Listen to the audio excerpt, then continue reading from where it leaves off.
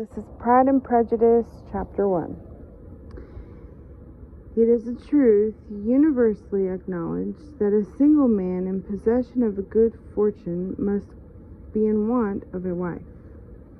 However little known the feelings or views of such a man may be on his first entering a neighborhood, this truth is so well fixed in the minds of the surrounding families that he is considered as the rightful property of some one or other of their daughters. "My dear Mr. Bennet," said his lady to him one day, "have you heard that Netherfield Park is let at last?" Mr. Bennet replied that he had not. "But it is," returned she, "for Mrs. Long has just been here, and she told me all about it." Mr. Bennet made no answer. "Do not you want to know who has taken it?" cried his wife impatiently. "You want to tell me, and I have no objection to hearing it." That was invitation enough. "Why, my dear, you must know.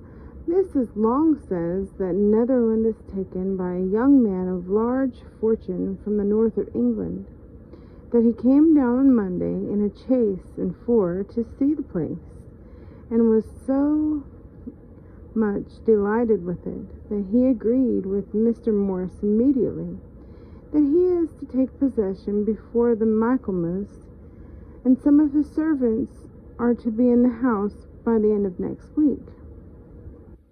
"What is his name?" "Bingley." "Is he married or single?" "Oh, single, my dear, to be sure. A single man of large fortune, 4,000 or 5,000 a year. What a fine thing for our girls!" "How so? How can it affect them?" "My dear Mr. Bennet," replied his wife, "how can you be so tiresome? You must know that I am thinking of his marrying one of them." "Is that his design in settling here?" "Design? Nonsense! How can you talk so? But it is very likely that he may fall in love with one of them, and therefore you must visit him as soon as he comes."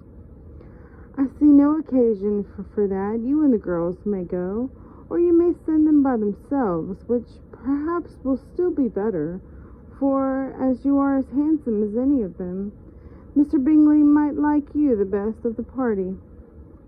"My dear, you flatter me.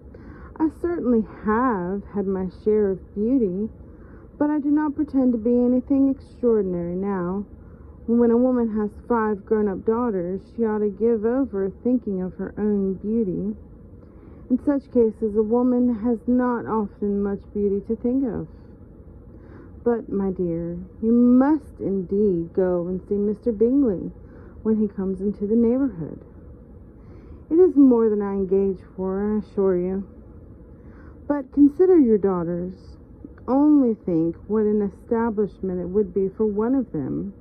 Sir William and Lady Lucas are determined to go, merely on that account, for in general, you know, they visit no newcomers. Indeed, you must go, for it will be impossible for us to visit him if you do not."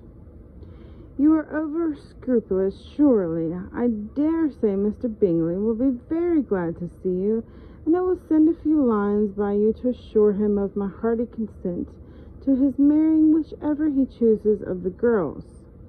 Though I must throw in a good word for my Lizzie. I assure you, you will do no such thing. Lizzie is not a bit better than the others, and I'm sure she is not half so handsome as Jane, nor half so good-humoured as Lydia. But you are always giving her the preference."